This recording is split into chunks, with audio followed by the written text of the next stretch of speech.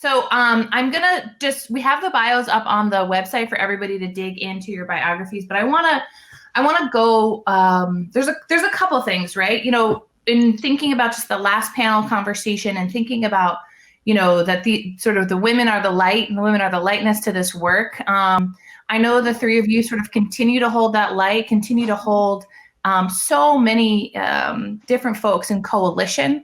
We heard from Rachel Bidekoffer earlier about it's not a base, right? It's a coalition. And I love that vocabulary change because it means we can have diversity within our own communities. And if one of the big headlines coming out of the 2020 election, and Brianna, I want to start with you on this, is that none of us are monolithic voting blocks, right? The Latino vote, the women vote, the Indigenous vote, right? We have this beautiful diversity within our own communities. And so the first question I want to ask you is sort of, it's twofold. It's, within that very diverse coalition in the Latino vote and at Voto Latino, like, what are you most proud of, given that, you did have amazing voter turnout? And then what should we know about the diversity within the Latino voting community? Definitely. So it's so nice to meet you, Erin, and fellow panelists, and just to join all the awesome folks who are, coming out of their homes, maybe watching on their phone, wherever you all are. Really excited to share this space with you and, talk about something that's near and dear to my heart as, a young Latinx voter trying to engage our community. And really, when I think about, my day-to-day job, it's pulling people who are from the community where I'm from, El Paso, Texas, a border community, other individuals all along the border, other Latinas, other young folks of color, and trying to make it so that way they understand this space is for them. We want people to, graduate and become lifelong habitual voters and to realize that this political process is one way that they can wield power for them and their families and enact change that benefits all of us.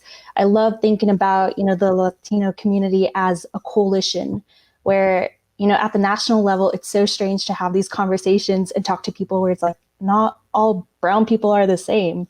We come from different communities, whether it's from Florida, Texas, Arizona, Nevada, even spots like Wisconsin and Michigan, which you wouldn't traditionally think of as being Latinx. But, really within that, we saw this kernel of truth come out for this election in 2020. We saw young voters who are from the Latinx community supporting Biden at a rate of 3-1. Latinas supporting Biden at 70%, and young Latinx voters really showing up at unprecedented rates, giving Biden victories in states like Arizona, Colorado, Nevada, and Georgia, which is just unseen and really, gives me excitement for the years to come. I love it. And Anathea, a similar question. I mean, I remember seeing this beautiful piece on PBS about just the energy around Indigenous folks voting this year, but also the barriers. And so what are some of the things you're really proud of in the work that you got to oversee and got to be a part of? And then what should we know about your community? Gawatsi, Halpa. It's wonderful to be with you all today. It's great to see y'all. Our community has been mobilizing on our own, largely with the last minute surge of funding from elections and campaigns, but really working on our own to build up political power and maintain a focus on Indian country. At Advanced Native Political Leadership, we were an all volunteer crew up until 2020 in August. And so it is we are the first national Native organization aimed at building political power for Indian country. So in 2020, and so it's we are quickly shifting, but now we're working in partnership with other national organizations that are doing incredible work, like Illuminative, Native Organizers Alliance, Indian Collective, National Congress of American Indians, that are all working from different points of view. One of the things that we see is that we are largely invisible in the political landscape in so many ways, but what 2020 taught us, and what I hope, I think of the CNN graphic that showed, the demographics of different communities, and then something else was 6% of the vote, that circulated in our community as humor, because it is we know that we are a powerful voting bloc and and deserve to be named as that, and also that it shows how invisible we are still on a national landscape. So for us, it looks like one of the things that we did at Advance this cycle was Marie Claire sent out the magazine, did a publication of like 100 influential women, like with quotes about why they vote. Not one Indigenous person on this list. So we created our own series. So we reached out to our community and we started doing like our own graphic series talking about like why we vote and why it's important that we get out. Also, like what we do is like we did weekly Facebook Live conversations. Our community, like with all the complications of Facebook, our community is gathered there. It is the way that we communicate with each other. It's the way that my community, I'm from Acoma Pueblo in New Mexico. It's the way that our governor communicates with the rest of the community. So we did Facebook Live conversations, educating like just talking about like why it's important, talking about digital organizing. We also, one of the things that we did at Advance was the state-based organizations doing civic engagement and GOTV work had never been brought together in coalition. Right. So we brought together 11 states from across the country who already have institutions that have been either ranging from Nevada, which is just very new, they just launched this year for this cycle, to organizations in Alaska and New Mexico that have been around for years and years and years. So have like a lot of institutional knowledge. So we brought them together, asked them what they needed, and then put together digital organizing trainings for them. We brought together, like one of the things that we also have a need for is resources around fundraising. So we did some trainings around that.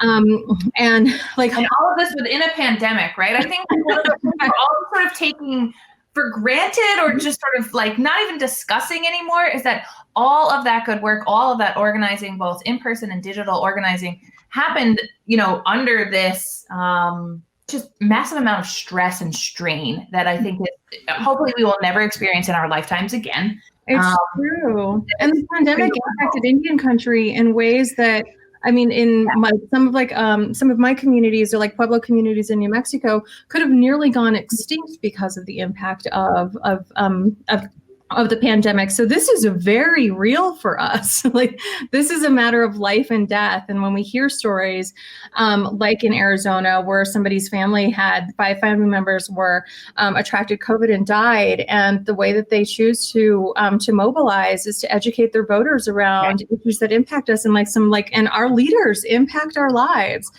We don't have the luxury of opting out of the political process, as complex and as complicated as Indigenous our relationship is with the federal government. It's very complicated.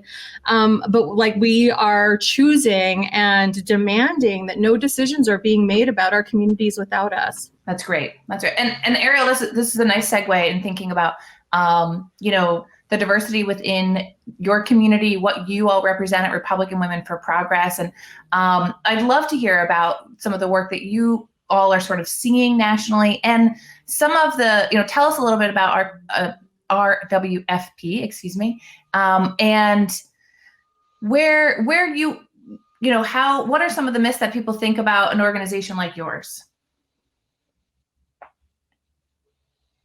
Yeah, absolutely. First of all, thank you so much for the opportunity to spend some time with you ladies today. I think the silver lining I will take over the last, 4 years, understanding obviously the Vote Run Lead is not partisan, but I am also a Republican that is a little unhappy with my own party. Is the community of women, I think, is just incredible. And it's what gives me kind of hope and the energy and the power to continue pushing. And Anathea, I think that the comment about you can't afford to opt out is really this other huge takeaway, I think, from this election cycle in particular. I come from a very political family, and I have always voted in every single election that I have the opportunity to vote in. It is a privilege. That is huge. And I think this myth that like your vote doesn't count is something that I think we've seen disproved in this particular election cycle. And I'm really hopeful that it encourages people to really lean into the fact that voting is really important. You want to be represented in your government at all levels, state, local, federal. In terms of Republican Women for Progress, so we are an organization that believes that our party needs to have more women at the table. I think it's incredibly important to have, as I said, a government that represents you and that looks like you. And the Republican Party for a little while now has not really represented the diversity of this country, whether that's gender, ethnicity, race. It doesn't look like the country that we live in. And so Republican Women for Progress is committed to building and supporting a pipeline of Republican women to run for office at all levels. One of the things we're most proud about is the fact that a lot of the candidates that we work with, because we really lean into training and kind of hands-on just help wherever we can, is a lot of our candidates are women of color. A lot of them are first-generation Americans. And I think it really goes to demonstrate the fact that what you see at the federal level is not representative of kind of the broad base and coalition of what Republicans can be. And our goal is really to build that pipeline and to support women because they bring in such different ideas and such different, perspectives and manners of addressing problems. And that's something that I think is really missing from kind of the public perception of who we are. We do like to say we're about 20 years behind the Democrats in terms of building the infrastructure externally to support more women running for office on the Republican side. But we're hoping to get there. And I think, when I look at our women to watch list, it's really incredible to me to see all of these women who in a very polarized time are still comfortable kind of coming out as women of color, as Republicans, saying, I don't subscribe to these beliefs, but these are the Republican beliefs that I do think we can put to work for better outcomes for my community and for the people that I want to represent. Well, and which I thought it was so critical to have you as part of this conversation, because, we are looking at how do we create these different coalitions, right? And I'm stuck on this change of, so like the base never sat well with me. And I think this idea of, multi-party coalitions, like I'm a straight working families party voter down up here in New York City, because the transition is towards electoral power. And Anathea, I want to go back to you because we saw a record number of Indigenous leaders who will join Congress in our sort of where we were founded state in Minnesota. There's a record number of women, Indigenous women in the state legislature. Kevin Killer, who was one of your co-founders, just got elected to a tribal chairmanship. And it's what you're doing at Advanced Native Leaders to sort of, how do we make this transition from voting power, and Brianna, I'm going to come to you next, from voting power into this electoral power of leadership, where we get to create the policy we want. Mm-hmm. It's such a great question because I think after having done this for so many years, what we recognize in the early days and what everything tells us is that when you're not doing this work every single day, you aren't working to build power. Right. You're actually not in the communities. You're not talking to people. You're not learning, you're not understanding what issues are deeply impacting our lives, which often is not actually related to what's happening in Washington, or it often is very different what's happening on our tribes or in our own our own small communities. So for us, it looks like at Advance, it looks like making sure that our networks are connected. It makes sure also one of the things, I worked at Democracy Alliance in DC for years. And one of the things that I recognized is on a national political landscape, non-native, is that there was such a lack of focus on Indigenous communities. Nobody was talking about integrating our communities into their programming, talking about there's so little research. I mean, again, back to the CNN poll of something else, is that there aren't mechanisms that are actually tracking our patterns and actually helping us to collect our own data. So what does that look like for us? That looks like we need to do this. Nobody's coming to rescue us. And so we're going to have to collect our own data. We're going to have to make sure that we get a part of national conversations with national organizations that are building strategies that impact our lives. So and it's a challenge to other communities that are where are the Indigenous people in this strategy, as we're moving forward, and who do we know that's in this space, in the state-based organizations or nationally, that we can pull in for conversations, because we are all over, So I think there is for us, it looks like making sure that we are a part of all of those critical conversations, and that we are making sure that there's an Indigenous lens, because part of what is so challenging for us is shifting this narrative around that that we are not a powerful voting bloc. Two, that we are not even still around. We regularly hear that people are surprised that we are still in existence and not like it's like we are completely written into history books. And then like secondly is that we are constantly having to face these stereotypes of what our communities are like. So if people are talking about, like the founding, like, like next week is like upcoming, like of like this like false narrative around like what it looks like to have, like pilgrims come to and like what like Thanksgiving is like the historical meaning of that, like causes historical trauma like consistently for our communities. And then we have other things like racist sports names or Halloween. And so like we're also fighting back all of these stereotypes that we have to it's a both and in all of the spaces. And for us, that looks like addressing all of those together with our allies and our community, doing it every single day, and making sure that we are addressing the issues and that we're pushing the issues that are important to us. Illuminative just did a Native Future survey. And one of the things that we recognize is that the number one issue for Indian country is mental health. And so when we're looking at like how that impacts our communities, is that that's very real. So what does it look like for us to address that in our leadership and then hold them accountable to it? And it's, not separate from the national conversation, right? Like, exactly. And so how do we, this both and this all of us, I think is really critical, right? Because it's a conversation we're all having within our own families right now. It's a conversation we're having as a sort of national mental health crisis. And then how does it show up differently? And so I'm so glad you're part of the leadership and you're on the front lines of this. Thank you. Absolutely. And Brianna, building off of that, particularly in thinking about building power for young Latinos, Latinas, Latinx community. I mean, thinking of Lena Hidalgo, right?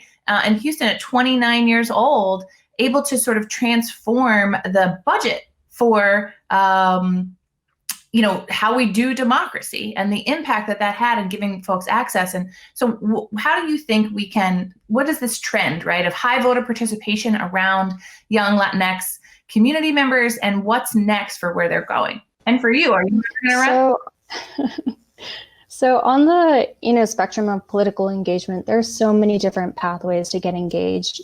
Building off of what Anathea mentioned, there's organizing by and for our community, where it helps to have people who are from the community sitting at these tables, really directing policy, advising on what they're facing day to day, because it's a lived experience. And then on the second hand, really supporting candidates up and down the ballot, everyone from, the president to senators to your local elected officials who can advocate for your communities and holding those individuals accountable. What we're excited about, the first 100 days of the presidency is that it's going to determine really the direction that the president-elect is going in, where he was elected by so many Latinx individuals who are young, who care about issues like forgiving student loan debt, who are some of the heaviest hit communities by this COVID pandemic, who are suffering job loss or, a loss of wages because of the pandemic and because of the jobs that they're fulfilling as essential workers, really being on the front lines.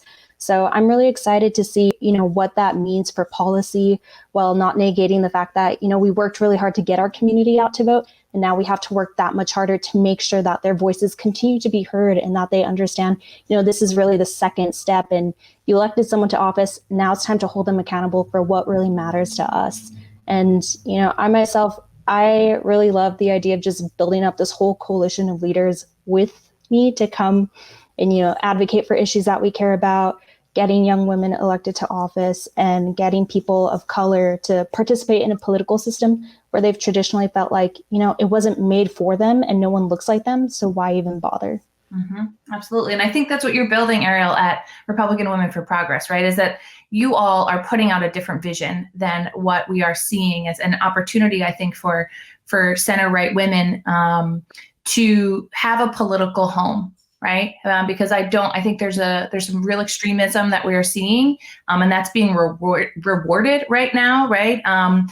And what you're offering, I think, is this bridge. And so I'd love to hear a little bit more about like young women being attracted to the mission of Republican Women for Progress. Yeah, I mean, I think that this is our kind of stance on this is if you build it, they will come, right? I think there are a lot of people right now that feel politically homeless And I think for those of us who have decided that we would rather fight for a party that reflects us than kind of give up our registration as Republicans, it can be lonely. And I think that the benefit, as I was saying at the very start of the last 4 years for me, has been this beautiful community of women that I've found. And I have the privilege of working every day with these women who, are center right, want to get back to good government. I also, you can't really tell on this screen, but like, I throw people for a loop all the time. I'm a Republican. I work for a trade association in my day job that represents the mining industry. I have blue hair. And I also work for Planned Parenthood, and people just like don't know what to make of me, right? And I kind of love throwing that out there because to me, politics is kind of, it can flow, right? Like you can exist in this gray area, but too often I think people feel like if I'm not this like super Trumpy or if I'm not super progressive, like where do I fall? And I don't feel like I can use my voice. And so part of what we do is just kind of like throwing out the kind of bat signal and saying like, you're not alone. If you want to be a little bit more fiscally conservative, but you also feel like you are socially liberal, like there's still a home for you here. You do have to fight a little bit more. I also like to say blessed is maybe a little bit of an aggressive word for this, but I'm a pugilist by nature. So like, I am fine fighting in my party and being like, nope, this is my space and you can't take it from me. But I know that other people don't feel that way. So I consider it a privilege of my own space to be able to create other space for people to join me, just by the nature of kind of like the fact that I'm fine fighting. I love that. Thank you for that. But I do think that it's, yeah. Yeah, I mean, I feel like that feels like a truth, right? That feels like your truth. And I asked you all at the beginning what was sort of like a myth about your community, and I'd love Brianna and Anathea to close out. If you could tell us like something to be really true about your communities that you learned in the 2020 election. I can go first. What is true is that like, obviously like we are still here and that we are powerful and we are telling our own stories. I think that like what is like evident, especially in when we look at like ways of like sharing how powerful we are, when you're looking at like states like Arizona and turnout in 2020 was 25% higher than in 2016. We were able to like make key impact in the outcome of the election in states like Wisconsin and Michigan and Arizona. We already have really powerful blocks in other states like New Mexico and Montana. And what it looks like for us is like, what does it look like to like build more states to consistently be in those places? And the truth is that we're doing it on our own terms. And when we're looking at like electing like and bringing in more people and recruiting more people to run, it is as our authentic selves. It is exactly coming with like all of our culture, our traditions, our indigenous values that we are talking very openly about. We think of like Representative Deb Haaland, and it consistently is such a beautiful experience having known her. I was a founding board member of Emerge New Mexico, and she was in our first class. And so from like those very early days of like watching the trajectory and like how we develop and are developing in leaders, and you see people like Representative Ponkawi Victors and Kansas coming in full regalia. And like it is something in my very early days of politics was like recommended that we are assimilating, that there's a view of what it looks like to be a politician, and that is untrue. And so we are working like very intentionally to decolonize what that means, and that we are able to have imperfect backgrounds. We are able to have, like multiple, like different, like family units that don't look traditional, like are very Western. And so like, it looks like all of these ways that we are breaking down what these barriers have looked like for us, and being really effective leaders for all of the constituents, not just Native people. Thank you. Thank you. So Brianna, tell me what's true about your community from the 2020 election. Absolutely. And, just to plus one what Anathea said, that was beautiful. And I think, I am trying to engage in something similar for the Latinx community, where we saw young voters come out. I believe the number right now is about 2.3 million more Latinos came out, and a lot of that is young. So this whole idea of, really growing up and realizing this power that you have to hold your truth, to help, define what trajectory the country goes on and how that impacts your own personal trajectory, and really creating a space for people to, engage in it, whether that's running for office, whether that's advocating for policies that make sense, whether that's holding our members of Congress and other elected leaders accountable. And just seeing that, we're not this sleeping giant anymore that you've been talking about for 20 years and have no idea how to discuss. It's people who are in these rooms, sitting at these tables in positions of leadership that are helping diversify our country and make it better. Absolutely. That's a beautiful way to end. Thank you, Brianna, Ariel, and Anathea, for this powerful conversation, for actually giving us some hope about what's going to happen as we move forward.